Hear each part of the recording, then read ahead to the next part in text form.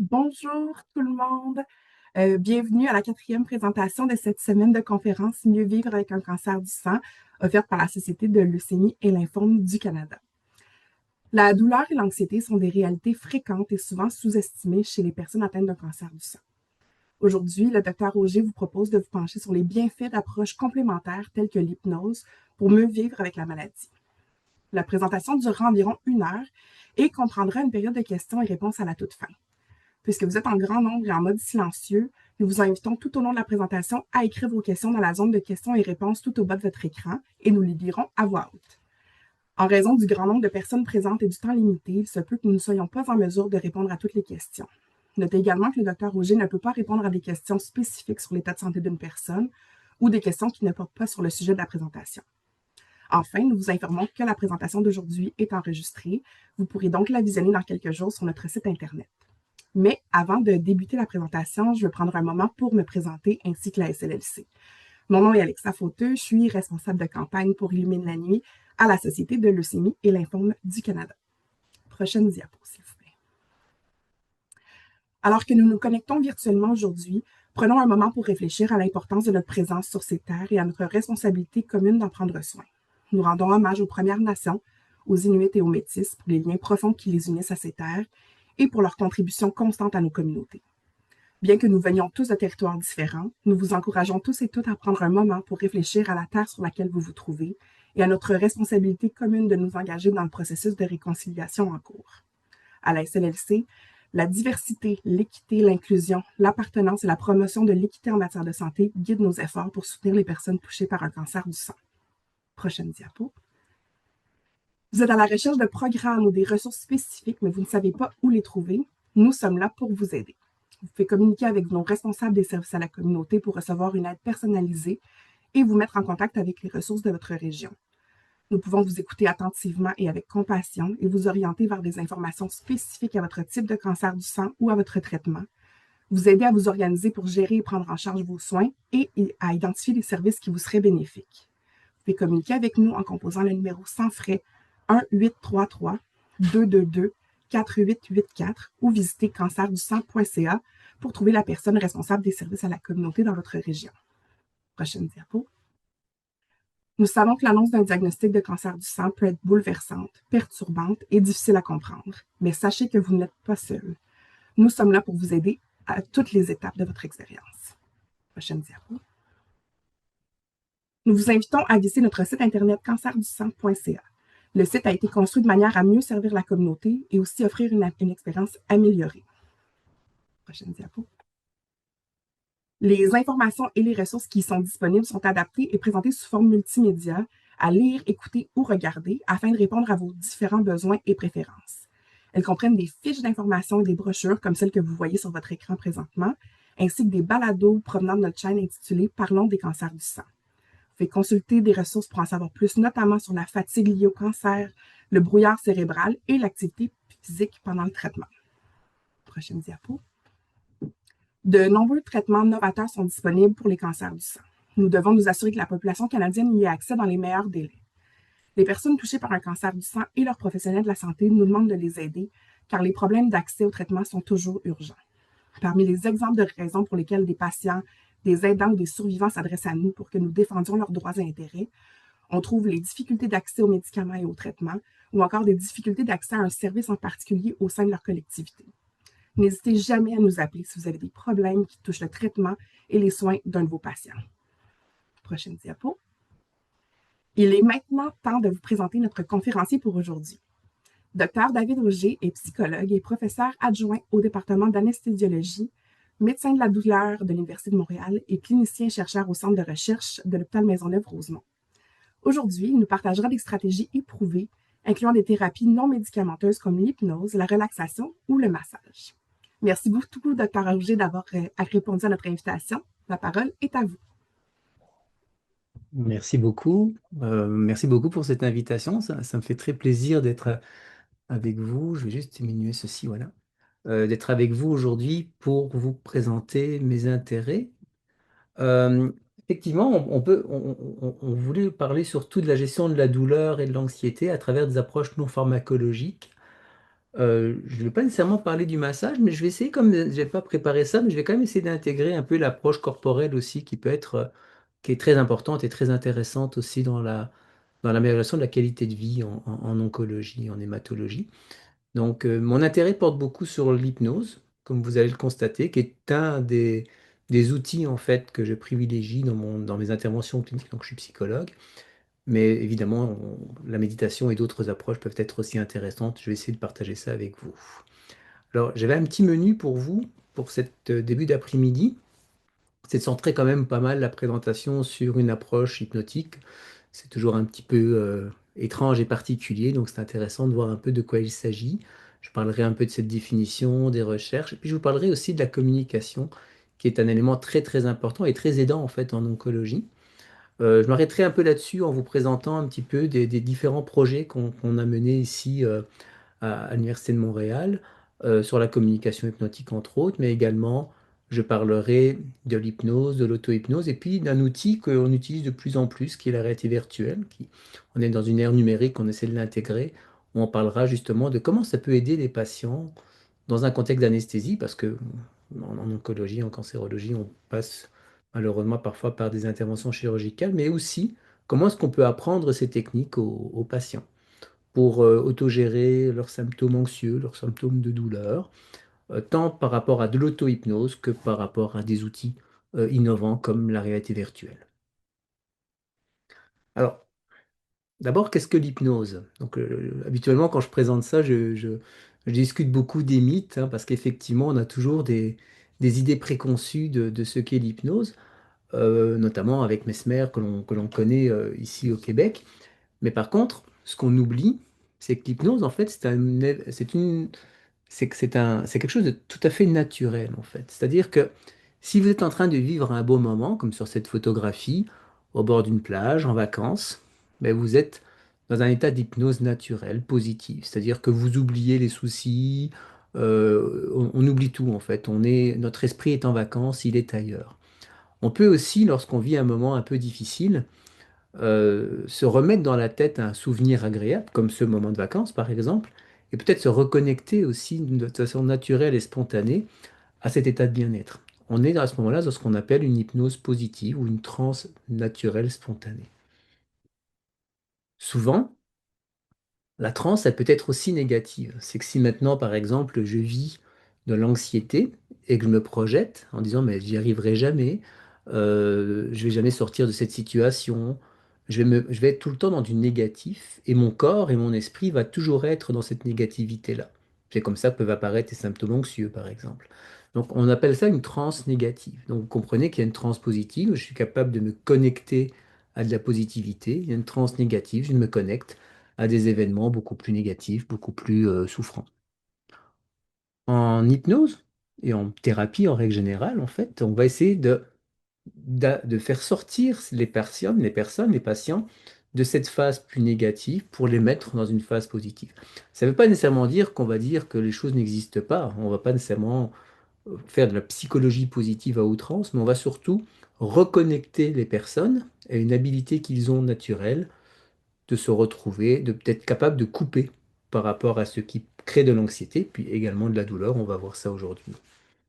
Donc, gardez à l'esprit que l'hypnose est un phénomène naturel, spontané, et on est tous capables de faire ça de façon tout à fait naturelle.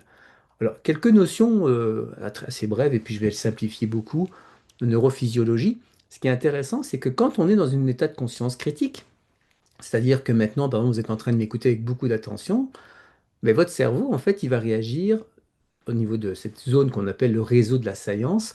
Il va réagir, il va s'activer, en fait. Donc, ça veut dire que vous allez être attentif. Ce réseau va également se connecter aux émotions, puis va se connecter à la focalisation. Vous êtes tous focalisés, là, en ce moment, sur votre écran. On a un deuxième réseau qui s'appelle le mode par défaut. C'est celui qui vous permet de voir, d'avoir une perception de vous-même. C'est lui également qui va régir vos pensées et votre imagination. Et puis, on a notre fameux cortex, c'est celui qui nous fait réfléchir, donc c'est le central exécutif, qui va avoir un esprit critique et c'est là que s'opèrent toutes nos cognitions. Donc ces trois niveaux-là, en fait, il y en a bien d'autres réseaux aussi, mais ces trois réseaux-là sont très activés dans ce qu'on appelle une conscience critique. Si maintenant on est dans une transe hypnotique, c'est-à-dire dans un état d'hypnose, mais on va être capable, en fait, avec ce réseau-là, de proposer une autre manière de focaliser.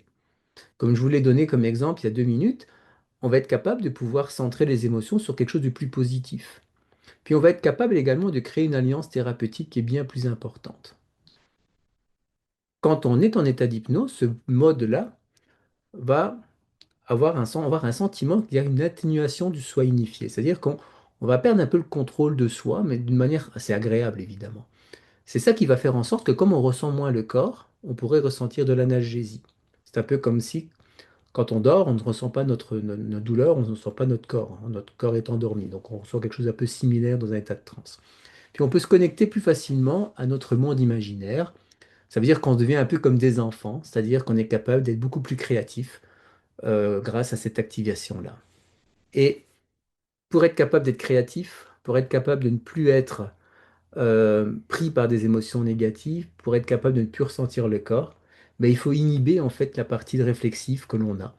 Donc si vous regardez un film par exemple à la télévision et que vous voulez vraiment vivre une émotion par rapport à ce film et être immergé par le film, si vous vous dites ah ben c'est juste un film, vous allez vous déconnecter de vos émotions. Mais si vous êtes capable de d'inhiber cette partie cognitive, à ce moment-là vous êtes dans le film et puis vous pouvez ressentir les émotions inhérentes au film. Donc c'est un peu ça l'idée, c'est que quand on fait de l'hypnose, quand on est dans une transe hypnotique, on vient mobiliser ces différents niveaux de la conscience critique pour pouvoir justement les modifier et permettre ce travail hypnotique. Donc c'est important de voir ça parce que finalement, la définition de l'hypnose, c'est quoi? C'est proposer un état d'attention focalisé. Puis on a tous le cliché en fait du petit pendule lorsqu'on regarde, lorsqu'on fait de l'hypnose. On attire l'attention d'une personne qui crée une indifférence apparente à l'environnement extérieur, c'est-à-dire qu'on a le sentiment de ne plus être présent, hein, donc c'est pour ça qu'on peut faire de l'analgésie, et qui va se caractériser par une augmentation de la susceptibilité aux suggestions. Ça veut dire quoi? Ça veut dire que, en termes simples, je vais me déconnecter de ce qui me dérange, attention focalisée, je vais être dans un état de relaxation, pour moins ressentir mon corps, et je vais être moins dans mes cognitions, moins dans mes pensées, moins dans ma réflexion, pour être plus imaginatif, plus créatif, et donc plus facilement recevoir les suggestions qui sont faites par le thérapeute. Donc c'est ça la définition de l'hypnose. Et j'ai un petit jeu à faire. Alors habituellement, j'ai une salle devant moi, donc on peut échanger. Ici, on va pas pouvoir le faire, mais je vous invite quand même à faire le petit jeu, puis on regarde ensemble ce que ça veut dire. Donc, ce que je vous propose, je vais juste couper le son ici parce qu'il n'est pas nécessaire, c'est de suivre le chocolat. Donc vous voyez ici, on a 3 gobelets, puis il y a un chocolat, et l'idée, c'est de suivre avec beaucoup d'attention où se situe le chocolat lorsqu'on va mêler les gobelets. J'espère qu'il n'y a pas de saccade et que c'est assez fluide.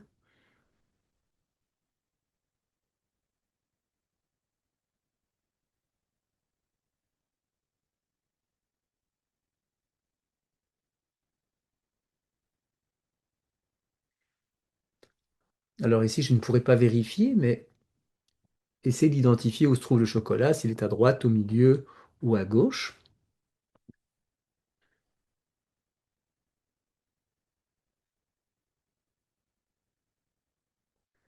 Et puis j'imagine que la majorité d'entre vous avez découvert que le chocolat était bien au milieu. Et comme l'exercice était un peu trop simple à mon goût, voici une version un peu plus compliquée. Vous avez cette fois-ci 9 gobelets. Puis l'idée, c'est la même chose, c'est de suivre le chocolat avec attention pour identifier à la fin où est-ce qu'il se situe.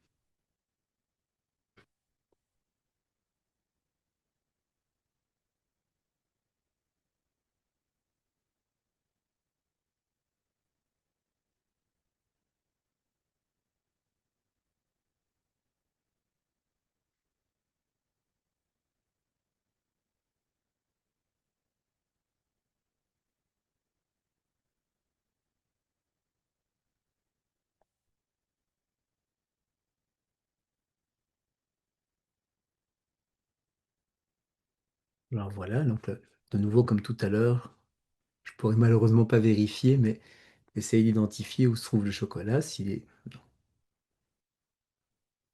Donc là, vous avez compris qu'il est cette fois-ci à gauche. Donc probablement que la majorité d'entre vous avait découvert que le chocolat était à gauche. Par contre, je me demande si effectivement tout le monde a pu apercevoir le petit canard qui se trouve là, hop, vous le voyez en haut de l'écran. Probablement qu'il y a une partie de vous qui l'ont vu, mais pas tout le monde en fait. Puis une autre question que je me pose aussi, c'est est-ce que vous avez vu la cinquième main sur la vidéo? Donc la cinquième main, c'est la main ici tout en haut, la main velue avec la grosse montre. Donc vous voyez que c'est des mains de femme habituellement, puis là c'est une main d'homme. Donc ça c'est la cinquième main. Donc probablement que la majorité ne l'a pas vu, mais peut-être que certains l'ont vu. Il y a encore une autre chose qui a changé, c'est que les gobelets ont changé de couleur. Ils étaient bleus au début, puis ils sont devenus verts en fait. Voilà. Alors pourquoi je vous montre ceci? Imaginez que ce que j'ai fait en fait, c'est que j'ai focalisé votre attention sur le chocolat. Donc j'ai attiré votre attention sur ce chocolat et pendant ce temps-là, vous n'avez pas vu le reste en fait. Imaginons qu'il y a de la douleur. Quelqu'un veut faire un soin douloureux. Ben, le chocolat, en fait, c'est la douleur. C'est-à-dire que vous êtes en train de percevoir un ustensile qui fait mal, et donc vous oubliez tout le reste, en fait. Vous êtes hyper focalisé là-dessus. On est ce qu'on appelle dans une perception restreinte, c'est-à-dire que je ne vois que la douleur à ce moment-là. L'idée de l'hypnose, ça serait de fasciner la personne, de la dissocier. C'est-à-dire, je vous dirais, au lieu de regarder le chocolat, regarde l'écran dans ton entièreté. Comme ça, vous allez voir le canard, vous allez voir tout sauf le chocolat, sauf le gobelet. Donc l'idée, c'est vraiment de pouvoir fasciner la personne, d'extraire en fait sa perception de ce qui peut poser problème. Ça, c'est une explication qu'on peut avoir de l'hypnose, une définition qu'on peut avoir de l'hypnose lorsqu'on fait de l'analgésie. C'est-à-dire que c'est comme ça qu'on va faire, on va en parler juste après, quand on veut opérer quelqu'un, quand on veut faire un geste douloureux. En psychothérapie, il faut comprendre la vidéo différemment. En psychothérapie, la vidéo serait comment dire, de se dire que la douleur, la souffrance, c'est le gobelet, c'est le chocolat. Mais par contre, il y a toute une série de choses très positives qui arrivent dans la vie. On a une famille, on a par exemple des amis, on a un entourage. Donc on peut sortir en fait grâce à ce qu'on appelle une perception généralisée, on peut sortir une personne de l'anxiété ou d'un trouble de l'humeur en essayant de mobiliser des ressources qu'elle a, parce qu'une fois que la personne est constamment figée dans son anxiété, ben, elle ne voit pas les possibilités qui s'offrent à elle. Donc l'hypnose a deux vertus. La première, c'est de fasciner, de dissocier pour traiter la douleur. Donc on va attirer l'attention sur autre chose. La deuxième, c'est de pouvoir ouvrir les perceptions et permettre aux gens de voir quelles sont ces ressources en fait. Donc traiter la douleur, traiter l'anxiété, c'est deux façons de faire. Si aujourd'hui on utilise l'hypnose en milieu médical, hein, alors qu'on pourrait imaginer que c'est quelque chose de magique, c'est parce qu'effectivement il y a énormément d'études qui ont été faites. Si vous regardez on a une plateforme en fait qui s'appelle PubMed, nous les chercheurs. Et puis si vous tapez hypnose et douleur, vous allez voir qu'il y a énormément de papiers qui sont sortis. Ce sont des études quantitatif, c'est expérimental, donc des études cliniques où on va évaluer, grâce à des protocoles cliniques, l'efficacité de l'intervention, mais on a également des études qui portent plus sur les phénomènes neurophysiologiques, un peu comme je vous l'ai montré tout à l'heure au tout début de la présentation. On comprend maintenant dans le cerveau comment ça marche en fait. Et c'est grâce à ça qu'aujourd'hui, bah, l'hypnose commence à s'intégrer de plus en plus dans le milieu, dans les milieux médicaux, notamment en anesthésie, puis aussi en oncologie, où on pratique ces techniques en clinique de douleur également. Alors, il y a trois niveaux, et on va surtout parler de deux niveaux aujourd'hui. C'est la communication hypnotique, et puis vous allez voir, je pourrais parler justement du lien avec le massage à travers ce point-là. L'hypnose formelle, je vais vous montrer un exemple. Et puis l'hypnose conversationnelle. Bon, celui-là, on va pas trop en parler aujourd'hui, c'est un entre deux. La communication hypnotique, on va utiliser des techniques de langage et des techniques relationnelles qui sont importantes, qui vont créer un lien entre le patient et l'intervenant. Et puis l'hypnose formelle, c'est un peu ça qu'on va faire en anesthésie. D'ailleurs, je vais vous montrer une vidéo d'un exemple tout à l'heure. On va carrément dissocier la personne de l'endroit dans lequel il se situe. Alors, tout à l'heure, je vous ai montré la conscience critique et et la transe hypnotique. Donc, si maintenant, par exemple, je suis stressé, je suis confus, je suis ennuyé, je m'ennuie, ben, mon activité cérébrale, en fait, au niveau de ma conscience critique, va se modifier. Elle va réorganiser vraiment mes connexions. Puis là, on va parler de transe spontanée. C'est l'exemple que je vous montrais tout à l'heure avec les trois photographies d'une personne qui était en vacances, d'une personne qui était triste, et puis la personne qui était accompagnée en hypnose. C'est-à-dire qu'on est capable de rentrer dans une transe spontanée naturellement. C'est le cas quand je suis anxieux. Si je suis anxieux, par exemple, en ce moment, et que quelqu'un me parle, je ne serai pas présent, je serai dans ma tête en train de penser à ce qui m'angoisse, et finalement, je ne serai vraiment pas présent à vous en ce moment. Donc, cet état de confusion-là, c'est ce qu'on appelle une transe spontanée. Tous les patients sont confrontés à ça dans un milieu médical. Hein, quand vous avez des médecins au-dessus de votre tête pour vous opérer, pour intervenir, ou bien même si vous êtes en train d'être ausculté, que vous êtes dans une consultation médicale, en train de prendre votre tension, etc., vous laissez, même chez le dentiste, vous laissez votre corps, entre guillemets, entre les mains d'un intervenant. Et donc pendant ce temps-là, vous êtes en partie dissocié.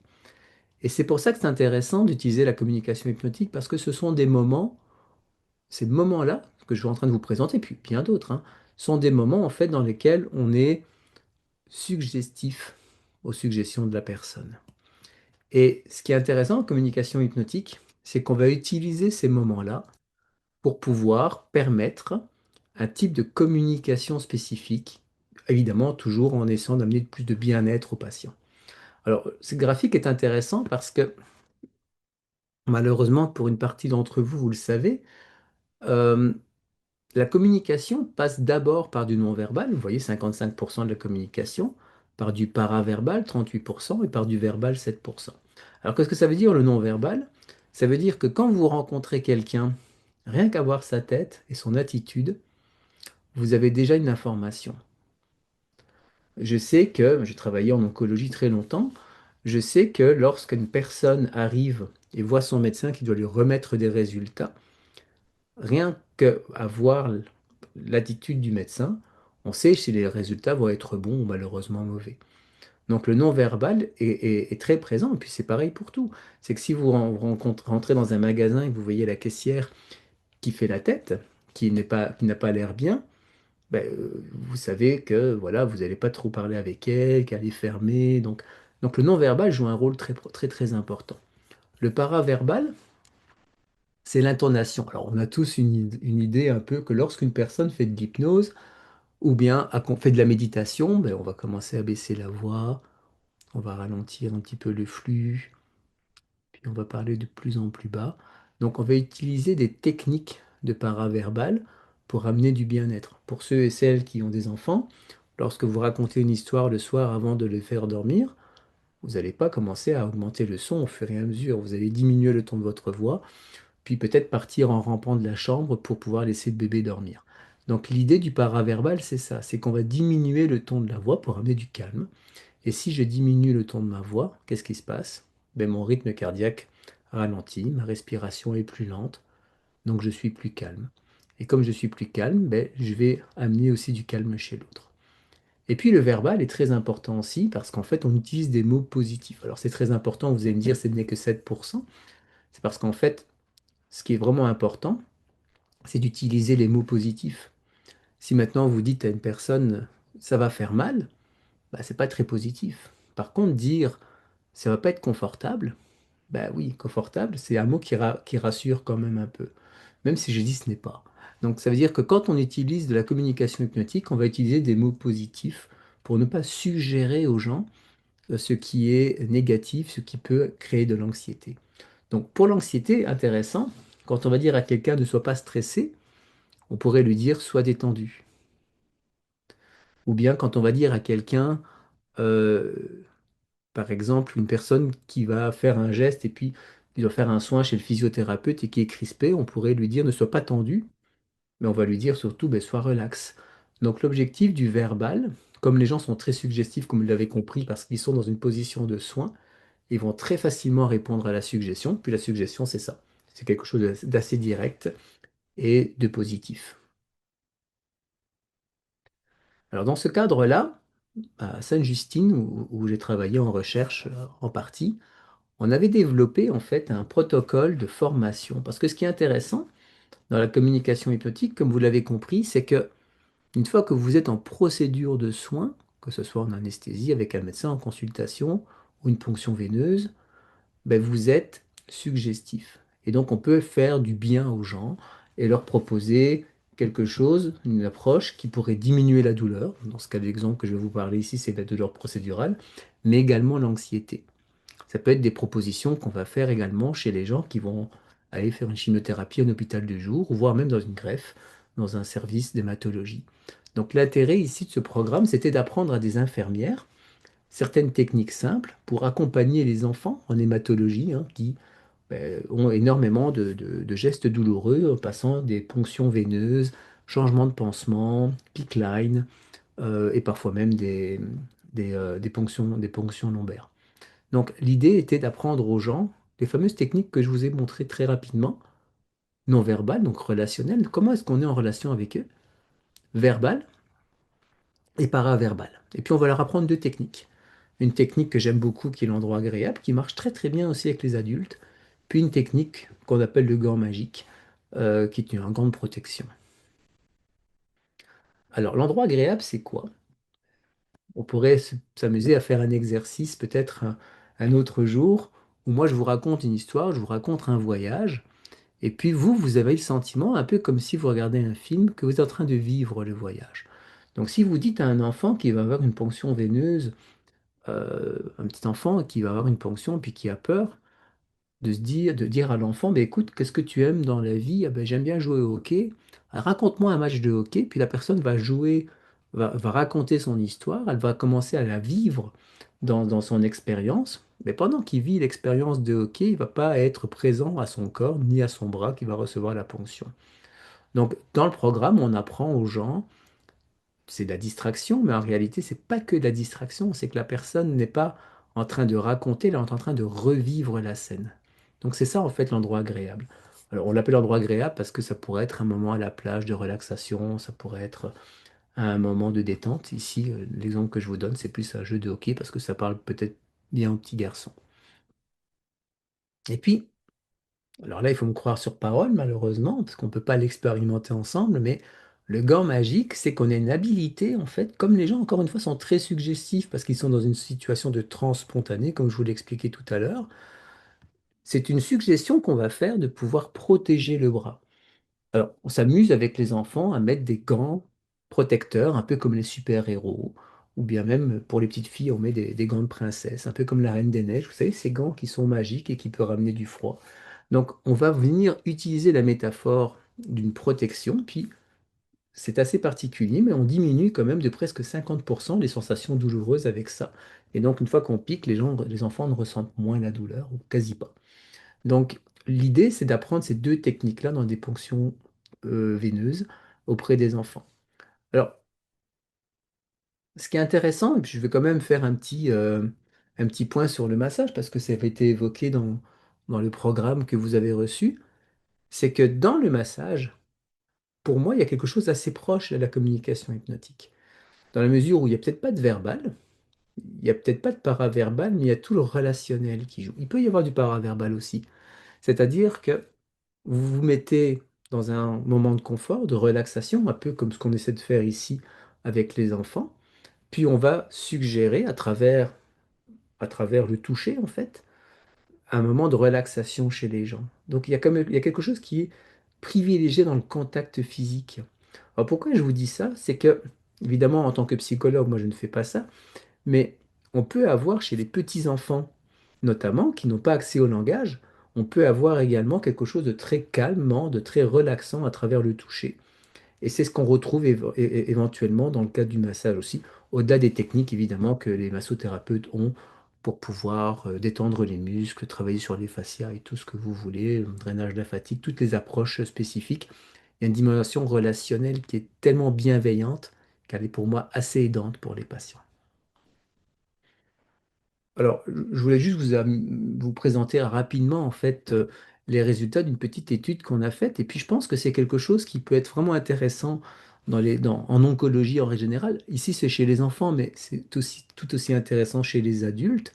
C'est qu'on a, alors vous voyez ici une jeune fille qui a été actrice en fait, et on avait un faux bras, évidemment, vous voyez la taille du bras, c'est pas son vrai bras. Puis on demandait à des infirmières, avant et après la formation, de faire des ponctions veineuses tout en utilisant les techniques de communication hypnotique. Évidemment, elles ne savaient pas l'utiliser avant parce qu'elles ne l'avaient pas appris.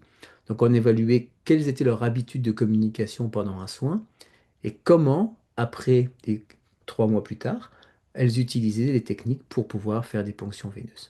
Puis on a constaté que en une petite formation qui ne durait que 8 heures, on était capable, non, c'était pas 3 mois, c'était 5 mois, désolé, on était capable en fait d'augmenter les capacités de communication hypnotique globale des participantes.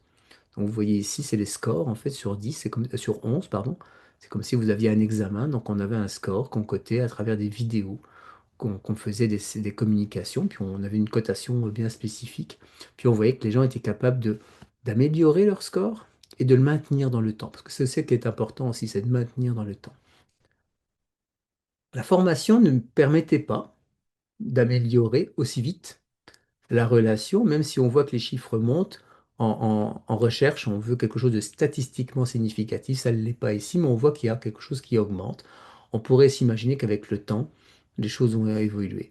Par contre, ce qui est vraiment important, et ça c'est un bon résultat, c'est que très rapidement, c'est sur 6, les gens étaient capables d'acquérir des techniques de communication hypnotique en très peu de temps, en 8 séances, en 8 heures, pardon. Donc, pourquoi c'est intéressant? C'est parce que on a tendance à croire que l'hypnose est quelque chose de compliqué.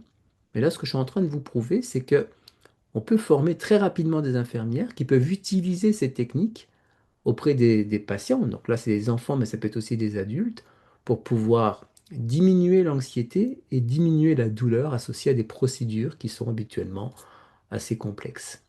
Alors, c'est un exemple, mais ça peut se faire, et je le faisais parce que moi je viens de Belgique, j'ai travaillé longtemps en oncologie en Belgique. On faisait ça aussi pendant les chimiothérapies pour accueillir les dames, les dames en cancer du sein. C'était à l'époque une étude qu'on avait faite. On préparait les personnes et puis elles avaient moins d'effets secondaires pendant les traitements de chimiothérapie.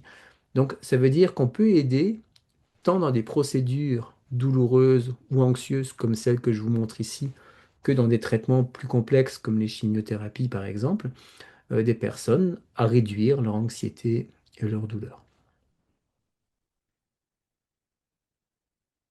Alors, là, je vais vous présenter la communication hypnotique. Vous voyez, c'est très simple. On va utiliser la transe spontanée de la personne. On va suggérer des choses. Puis on va utiliser des techniques relationnelles et de communication. On va apprendre à avoir un langage hypnotique. Et comme les personnes sont très hypnotisables, très suggestives à cause du contexte de soins, mais c'est quelque chose qui est facilité.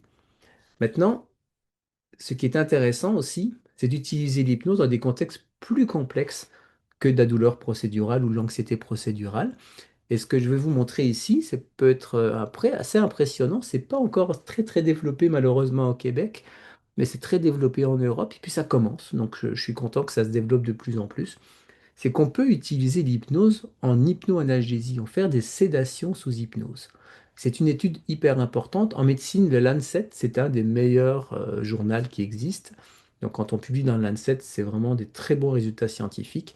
Et Elvira Lang, en fait, qui est ici, a pu prouver que lorsqu'on compare en fait l'hypnose, quand on compare la distraction classique et des soins standards en analgésie, mais l'hypnose en fait est plus efficace en ce qui concerne l'anxiété et la douleur. Et vous voyez les graphiques ici, ça diminue.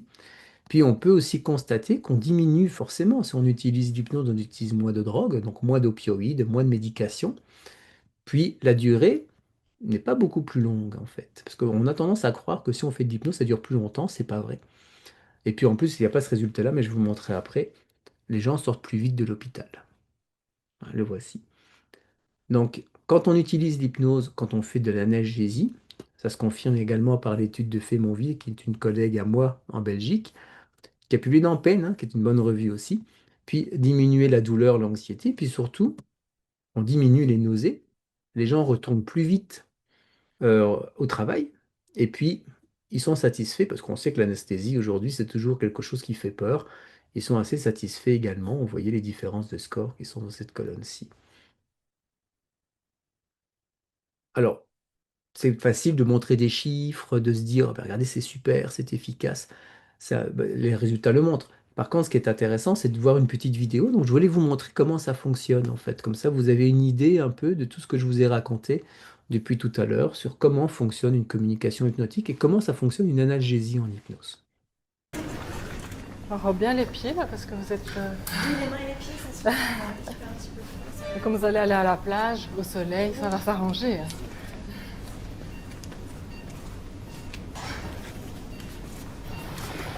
Voilà, alors je vais vous demander de garder les yeux bien ouverts et de fixer un point devant vous. J'ai pas besoin de savoir ce que vous regardez, mais ce que je vous demande, c'est de garder votre regard fixé sur ce point. Et tout en continuant à garder votre regard fixé sur ce point, vous pouvez en plus commencer à vous concentrer sur votre corps ici sur cette table. Par rapport à ce que je vous ai expliqué, regardez. Donc là, l'anesthésiste est derrière la personne, elle va lui demander de regarder un point fixe. Tout à l'heure, je vous ai dit qu'il y allait avoir un aspect de focalisation. Donc là, vous allez voir que la personne, hop, elle va regarder le point fixe. Vous voyez, son attention est très focalisée sur le point. Puis, ce que l'anesthésiste va faire, c'est qu'elle va la relaxer. Donc, elle va lui faire des suggestions, comme quoi elle est bien positionnée sur la table. Donc, elle va la décrire, en fait, comment est-ce qu'elle est positionnée. Puis ensuite, à partir de là, elle va commencer à suggérer que la personne est en train de se détendre. Donc, elle va faire un genre de relaxation complète de tout le corps. Le bas du dos.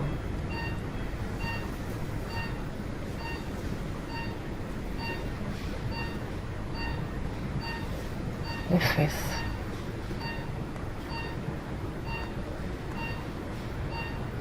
À un moment donné, les yeux vont se fermer et la personne va partir à ce moment-là dans un état de relaxation hypnotique. Et dans ce cas-là, ben, c'est comme de l'analgésie, c'est ce que je vous expliquais tout à l'heure avec le mode par défaut au niveau du cerveau. Euh, le corps, à ce moment-là, on n'a plus la perception de soi. L'arrière de la nuque. Et puis dans cette histoire ici, en fait, c'est une jeune dame qui est traitée pour un L'arrière de la mélanome. tête. Donc on va lui enlever une partie de la peau, une grande partie du Votre bras. regard fixé sur Puis elle a fait demander l'anesthésie en hypnose parce qu'elle est enceinte, donc elle ne, il y avait des risques par rapport à tout en l'anesthésie. gardant bien à l'esprit. Elle va la renvoyer dans un souvenir, vous verrez la vidéo en replay. Ici sur Elle cette va table. envoyer la personne dans un souvenir, en fait, Vous pouvez en plus quand elle commencer était à vous jeune, avec concentrer sur ses votre amis en vacances. respiration. Et donc, pendant toute l'expérience d'opération, maintenant, le chirurgien va arriver, il va mettre le champ opératoire, vous l'opérez, l'anesthésiste va continuer à l'accompagner derrière. Passer une journée tous ensemble.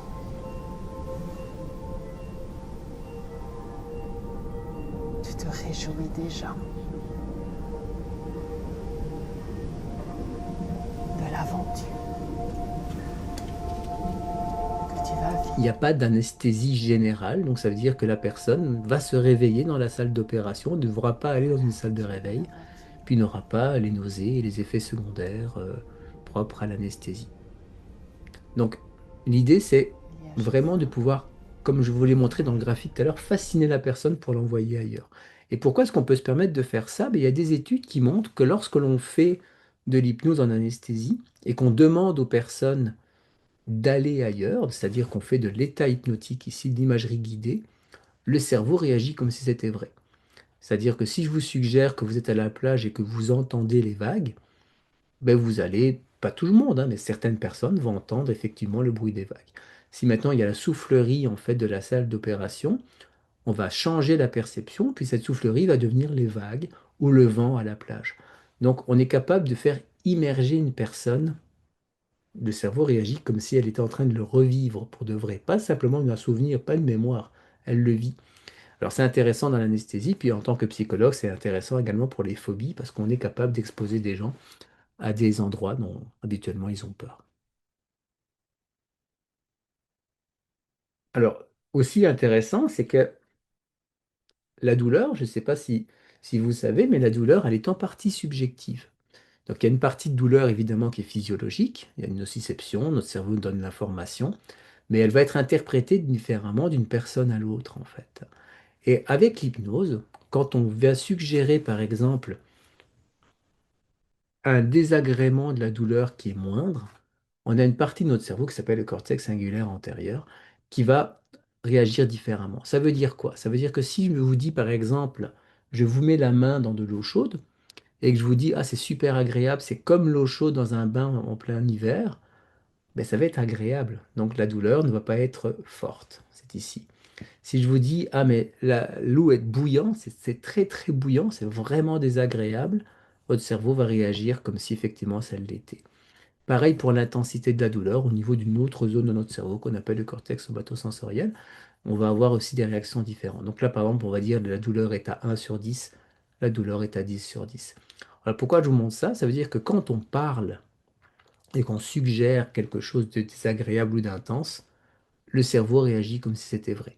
Donc quand je vous parle des deux expériences, c'est-à-dire celle avec l'imagerie guidée et celle avec la suggestion de désagréable et d'agréable, mais ça donne en fait une piste intéressante pour accompagner les douleurs, la gestion des douleurs en anesthésie, mais également en procédure, notamment en chimiothérapie. C'est vrai aussi pour l'anxiété, c'est vrai également pour les nausées.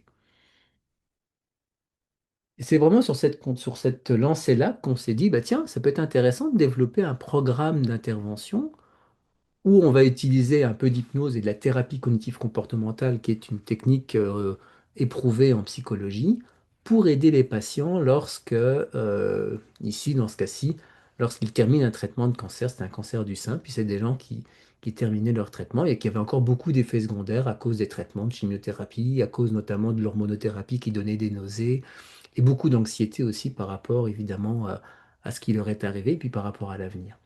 Et donc dans ce cas-ci, je regarde l'heure, on a encore 2 minutes, ça va aller. Dans ce cas-ci, en fait, on a proposé 15 séances. Et ce qui est hyper intéressant dans ces résultats, c'est pour ça que je voulais vous le montrer, il ne faut pas toujours tirer la couverture au psychothérapeute. Le meilleur thérapeute qui existe, c'est les patients, c'est vous. Donc, une fois qu'on proposait aux gens des questionnaires où on les suscitait un petit peu l'anxiété chez eux, donc, c'est-à-dire on proposait un questionnaire de peur de la récidive, et on demandait aux gens de faire de l'auto-relaxation, puis de l'auto-hypnose pour ceux qui avaient appris. Mais on voyait ici, dans l'exercice ici, que l'anxiété, en fait, diminuait chez les gens qui avaient appris l'hypnose, et l'anxiété ne changeait pas chez les gens qui ne l'avaient pas appris. Donc ça, c'était de l'auto-relaxation, puis ça, c'était une auto-hypnose, c'était une hypnose guidée. Puis on va retrouver la même chose au niveau d'un marqueur physiologique que l'on utilise pour le stress, c'est le rythme cardiaque. On voyait que les gens étaient capables, en auto-hypnose, c'est-à-dire en auto-relaxation, après 15 séances, de réguler leur rythme cardiaque. Et puis évidemment, ben, quand on les suggérait aussi en hypnose guidée, c'était pareil en fait. Donc pourquoi je vous montre ça? C'est parce que moi, dans mes projets de recherche et surtout dans mes interventions cliniques, j'apprends à des patients atteints de douleur de gérer leur douleur. Les gens sont capables de le faire en fait. Donc on n'a pas besoin nécessairement de pouvoir le proposer aux personnes et d'être dépendant de thérapeutes. Ce qu'on veut surtout, c'est que les gens soient capables d'utiliser cette technique et de se les approprier.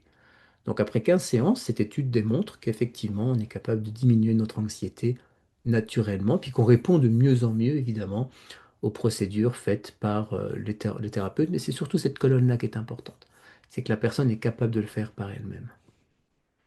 Alors suite à ça, et comme on n'a pas de son, ça va pas le faire non plus, mais vous le verrez la vidéo en replay. On s'est dit, mais quelle est une bonne manière aussi de pouvoir l'apprendre aux gens? Puis ça, c'était un projet de recherche qu'on fait en hématologie à Maisonneuve-Rosemont. C'est de pouvoir développer des méditations hypnotiques dans un casque de réalité virtuelle pour les gens qui sont en greffe de moelle. Donc quand on est enfermé dans une salle, peut-être que parmi vous, il y a des gens qui ont vécu cela.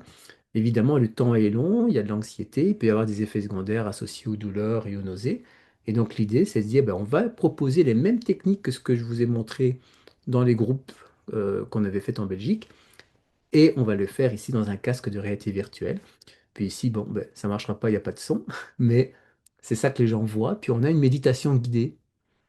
Et en fait, ces vidéos-là, ce sont des vidéos en fait de paysages Donc au lieu de le suggérer de manière dans la mémoire, on va leur montrer en fait des images et puis les gens vont pouvoir les visualiser en 360 degrés. Puis à la plage, il y a des forêts, puis il y a énormément d'interfaces qui existent.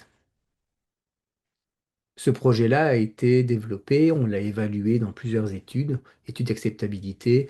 On a également fait une étude pilote qu'on vient de terminer, puis on est en train maintenant de faire une grosse étude en hématologie, où on va tester si effectivement ce casque peut être aidant pour apprendre des techniques de distraction hypnotique, mais aussi pour pouvoir mieux réguler les douleurs et l'anxiété, parce que c'est le sujet de la conférence d'aujourd'hui, dans un contexte de soins qui est assez intense quand même, qui est de la greffe de moelle. Alors, je vois que j'ai une petite minute de retard, mais je termine vite en résumant un peu la conférence que je voulais vous proposer aujourd'hui. Le temps est toujours trop court, en fait. C'est que l'état hypnotique, vous l'avez tous, c'est quelque chose de naturel. Et quand on est en milieu médical, il est encore plus prenant dans la mesure où on est, comme je dis souvent aux patients, on laisse notre corps à la médecine. Moi, quand je vais chez le dentiste, je laisse ma bouche au dentiste. Donc, à un moment donné, on se dissocie spontanément, donc on va développer une transe spontanée. On peut utiliser des communications non verbales, paraverbales et verbales, qui peuvent être très aidantes pour pouvoir gérer la douleur et l'anxiété, surtout dans les cas de procédures auxquelles en oncologie, en hématologie, on est confronté, c'est-à-dire des chimiothérapies, mais également des ponctions de moelle, des ponctions veineuses, surtout pour les enfants qui sont beaucoup plus angoissés par ces approches-là aussi. Ça apaise la douleur et donc l'anxiété procédurale. Il existe également des programmes d'auto-hypnose qui démontre qu'on est capable, en tant que patient aussi, de pouvoir utiliser ces techniques et se les approprier soi-même. On n'a pas besoin d'être dépendant d'un intervenant, c'est des choses qu'on peut apprendre. Et sincèrement, les gens sont bien plus brillants qu'ils ne le pensent. Puis l'idée, c'est de pouvoir continuer à développer des méthodologies pour distraire, pour créer de l'analgésie hypnotique. Et puis vous voyez, dans une des approches, dans un monde moderne dans lequel on vit aujourd'hui, c'est d'utiliser par exemple la télésanté ou bien des approches centrées sur la réalité virtuelle. Voilà, je vous remercie beaucoup pour votre attention. J'espère que ça vous a intéressé. Puis je suis disponible pour discuter avec vous de certaines questions. Merci beaucoup, Dr. Roger, pour cette présentation, ma foi, très informative. J'ai pris beaucoup de notes. Je sais que mes collègues aussi. Je sais que vous l'avez mentionné, mais juste un petit rappel. On m'a informé que la première vidéo était un petit peu saccadée pour certaines personnes ou Oui. accélérée. Puis je sais que le son sur les autres vidéos était non fonctionnel. Donc, sachez qu'on va ajouter les liens dans le courriel de suivi pour que vous puissiez les regarder. Et je sais que vous avez mentionné aussi de toute façon qu'il y en a une qui est qui est un reportage. Donc, tout ça, vous aurez accès pour Ah, si pouvoir vous les voulez, regarder. oui, je pourrais vous donner le lien, comme ça les participants, s'ils le Super. souhaitent, pourront voir le film dans son entièreté s'ils ont envie, effectivement. Merci infiniment. Donc, il est maintenant l'heure de notre période de questions. Comme j'avais mentionné en introduction, nous vous invitons à écrire vos questions dans la zone de questions et réponses qui se trouve au bas de l'écran et nous allons les lire à voix haute. Évidemment, puisque vous participez en grand nombre et que le temps est quand même limité, il se peut qu'on ne soit pas en mesure de répondre à toutes les questions, mais on va essayer de passer le plus de questions possible. Notez également que Dr. Roger ne peut pas répondre à des questions qui sont spécifiques sur l'état de santé d'une personne ou des questions qui ne portent pas sur le sujet de la présentation, mais je sais qu'on a reçu quelques questions, là, donc pour commencer. Euh, quelles sont rapidement, là, quelles sont, selon vous, les étapes clés pour l'apprentissage de l'auto-hypnose, spécifiquement quand on parle d'un usage quotidien pour la gestion de la douleur ou de l'anxiété? Puis, peut-être sous question, mais où et comment on peut se former en auto-hypnose au Québec, à Montréal? Oui. Donc en fait, ben, il y a des professionnels de santé qui sont formés donc à l'hypnose. Vous avez un site qui est un peu, il faut le mettre à jour encore en ce moment, qui est la Société québécoise d'hypnose. Il faut faire très attention parce qu'effectivement, il y a des gens, il faut voir un professionnel de santé. C'est toujours mieux. C'est des personnes qui ont une connaissance de la problématique. Donc ça, vous avez plein de professionnels qui existent. Ça peut être des médecins, des psychologues. Il y a même des dentistes qui pratiquent aussi l'hypnose au Québec.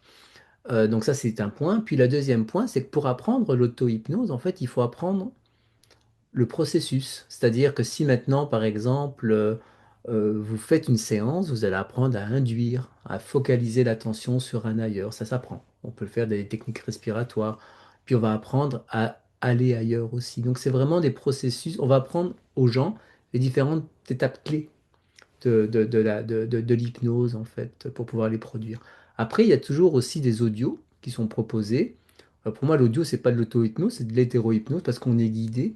Mais c'est comme tout, hein. Si moi je vous raconte une histoire, ben, vous allez pouvoir la réécouter puis la raconter de la même manière que moi, mais à un moment donné, vous allez vous approprier l'histoire et la raconter avec vos propres mots.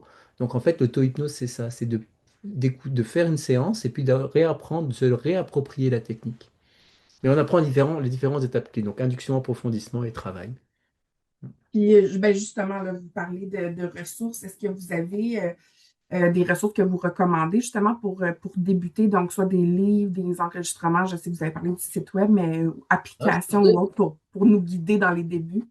je pourrais mettre des références, si vous voulez, quand vous allez envoyer le courriel de replay. Il y a des livres qui existent. Il y a un de mes collègues français qui a écrit un livre qui s'appelle Hypnotise-toi toi-même, qui est vraiment intéressant parce que ce sont des histoires hypnotiques et ça peut gérer la douleur, ça peut gérer l'anxiété, ça peut même gérer les dépendances. Pour tout vous dire, ma femme a arrêté de fumer grâce à ça. Donc, parce que généralement, c'est toujours un peu plus compliqué quand le mari veut hypnotiser sa femme. Donc, il y a vraiment, c'est vraiment très très bien fait en fait et ça, c'est écrit. Hein, donc, c'est pas une hypnose qu'on va faire, mais c'est un texte qui est suggestif. Donc, je pourrais vous mettre une petite liste de références si vous voulez, et puis à partager avec les participants, ça me fait plaisir. Ouais. Certainement, merci beaucoup. Je vois dans la section là, que je pense que les gens sont très intéressés, donc oui, avec plaisir. Vous avez parlé évidemment de l'anxiété. Qu'est-ce que vous diriez qu'on peut faire pour justement donner moins de place à la petite voix intérieure qui voit tout en noir? Comment on peut... euh, ouais. C'est une excellente question. Vous avez remarqué tout à l'heure, j'ai parlé d'attention, de focalisation. C'est-à-dire que l'intérêt, c'est de défocaliser. Donc, ce que je fais souvent, par exemple, aux gens, j'aime bien parfois un peu créer de la confusion, vous voyez. C'est que si maintenant, par exemple, vous avez une pensée dans votre tête, je vais vous demander de ressentir le contact du pied sur le sol, par exemple. Alors, l'idée, c'est quoi? C'est que si je suis dans mon corps, je suis pas dans ma tête. C'est pareil pour tout, hein. L'inverse est vrai aussi, hein. C'est que si à un moment donné on fait mal au corps, on pense pas à la tête. Donc l'objectif, c'est vraiment de pouvoir se distraire. Un exercice qui est très simple à faire, plus pour la douleur que l'anxiété, c'est aussi se calquer sur sa respiration. Évidemment, avec l'anxiété, la respiration augmente, donc c'est un peu plus stressant. Mais donc c'est vraiment essayer de trouver un point dans le corps dans lequel je peux me focaliser. Si maintenant, par exemple, vous avez une piqûre à faire au bras droit, je ne parle pas de l'anxiété mais de la douleur, ben, on peut porter attention au bras gauche. Donc c'est comme si finalement je ressentais. Alors on peut faire des petits gestes. Je suis allé chez le dentiste la semaine dernière, puis j'aime pas ça. Moi, comme il n'y a pas grand monde qui aime le dentiste. Donc ce que moi je fais, c'est que je me frotte le doigt comme ça pendant qu'il fait ses soins. Donc pendant ce temps-là, j'attire mon attention sur mon corps, pas sur ma bouche. Donc on peut vraiment faire des petits gestes de défocalisation en fait. Ça peut être aussi, bah, il y a des gens par exemple, ils le font spontanément, c'est écouter de la musique. On peut écouter de la musique pour se distraire aussi. Donc c'est tout ce qui touche à la défocalisation, c'est la première étape. Quand on voyait tout à l'heure les réseaux de science que je vous ai montré au début, c'est vraiment d'essayer de défocaliser l'attention. Puis une fois que vous faites ça, ben, vous n'êtes plus dans l'anxiété ou dans dans la douleur. Évidemment, on ne va pas se mentir qu'il ne faut pas non plus qu'on ait des intensités élevées. Et si je fais une attaque de panique, ça ne marche pas, parce qu'il faut être accompagné dans ce cas-là. Si maintenant j'ai une douleur très intense, ça ne marche pas. Moi, je travaille en clinique de douleur, j'apprends aux gens à prévenir le pic de douleur. Une fois que la douleur est à 9 ou 8 sur 10, ça nécessite un accompagnement. Donc l'objectif, c'est plutôt de le faire quand on le fait de soi-même, c'est de le faire au début, en prévision en fait de quelque chose qui pourrait augmenter. Sinon, ça prend un accompagnement. Merci. Je sais que tantôt vous avez rapidement passé le sujet de Mesmer, hein, parce qu'on parle, c'est notre réflexe quand on parle d'hypnose. Puis attaché à ça, on entend souvent des gens dire ah ben moi, personne n'a réussi à m'hypnotiser, je suis pas hypnotisable. Est-ce qu'il existe des facteurs prédictifs qui rendent certaines personnes vraiment plus réceptives ou non à l'hypnose pour la gestion de la douleur et de l'anxiété? Alors, théoriquement, en fait, mais c'est une bonne question, je n'en ai pas parlé ici, j'en parle souvent d'ailleurs, c'est qu'il y a différents niveaux de techniques d'hypnose. Donc, Mesmer utilise de l'hypnose autoritaire. C'est-à-dire qu'il va dire aux personnes dors. Ouais, vous avez peut-être déjà entendu ça dans des vidéos de lui. Puis il va faire des techniques rapides, il va faire une confusion en fait. On appelle ça une rupture de pattern. Donc il va créer un genre de moment d'interrogation, puis il va suggérer à la personne. C'est très rapide, donc c'est quand même un très bon technicien. Par contre, tout le monde ne répond pas à ça. C'est 5 à 10% de la population qui répond à l'hypnose autoritaire. Donc, là, les chiffres, c'est quoi? C'est 15% de hautement hypnotisables, dont 5 à 10 qui le sont très très, 15% de très faiblement hypnotisables, et puis on a au milieu 70% environ de la population qui est moyennement hypnotisable, avec une variabilité en fait. Donc, donc les hautement hypnotisables, les très très, ils vont aller chez Mesmer, ils vont aller sur scène, sauf s'ils n'ont pas envie, parce qu'ils n'ont pas envie de faire le fou sur scène. Par contre, les faiblement hypnotisables, c'est vrai que c'est des challenges plus importants pour nous, mais on oublie une chose, c'est que en médecine ou en psychothérapie, il y a aussi la motivation. Si la personne est motivée, ça va augmenter la réponse à la suggestion. Ça ne veut pas dire qu'ils seront hautement hypnotisables parce que cérébralement, les traits de susceptibilité hypnotique, ils sont rigides. Ça n'évolue pas dans le temps, ça reste fixe. Par contre, la motivation joue un rôle clé. C'est pour ça qu'il y a toujours un gap entre la recherche, où on va évaluer avec des sujets qui ne sont pas motivés, qui sont des participants, et la clinique, où là, on a une motivation parce que les gens ont envie d'aller mieux, en fait. Donc si moi, dans mon cabinet, il y a quelqu'un qui vient me voir et qui veut arrêter de fumer, et qu'il n'est pas très fort hypnotisable, mais par contre sa motivation est forte, ben, on augmente le pourcentage de chances que ça fonctionne. C'est tellement intéressant, honnêtement. Je parle sûrement pour les autres personnes sur l'appel, mais je pourrais vous écouter parler pendant des heures, vraiment. Mais ça fait le tour des questions qu'on a reçues. Donc, je veux vraiment vous remercier. Merci à tout le monde d'avoir soumis des excellentes questions. Et merci à vous, Dr. Rougier, d'avoir pris le temps d'y répondre. J'ai quelques petits mots de conclusion. Je solliciterai peut-être encore votre aide juste pour changer les diapositives. Oui, bien. Puis je vais conclure, mais merci infiniment encore une fois. Donc, prochaine diapo, s'il vous plaît. La conférence Mieux vivre avec un cancer du sang se poursuit cette semaine. La toute dernière conférence aura lieu demain après-midi. Nous poserons alors un nouveau regard sur l'expérience du cancer du sang et comment la transformer via la résilience. Il est encore possible de vous inscrire pour y assister. Vous avez le code QR sur la diapositive, mais vous pouvez aller sur notre site web dans la section événements à venir également. Prochaine diapo. Nous souhaitons aussi savoir comment votre cancer du sang a influencé votre vie quotidienne. Si vous en êtes à l'aise, veuillez s'il vous plaît répondre à l'enquête chaque jour après vivre avec un cancer du sang et s'épanouir après celui-ci afin de partager vos expériences et contribuer à faire évoluer les formes de soutien. Prochaine diapo. La conférence Mieux vivre avec un cancer du sang est rendue possible grâce au soutien de GSK, Jazz Pharmaceuticals et Johnson & Johnson. Et prochaine diapo. Avant de vous quitter, j'aimerais vous rappeler que nous sommes là pour vous. Si vous êtes à la recherche de ressources ou de soutien, n'hésitez jamais à communiquer avec nous par courriel ou en composant le 1-833-222-4884. Veuillez noter qu'un court sondage vous sera envoyé aussi après cette présentation. Veuillez prendre un moment pour y répondre afin de nous aider à planifier les événements futurs. Et je veux vraiment vous remercier sincèrement pour votre participation, votre présence et prenez bien soin de vous. Bonne journée tout le monde.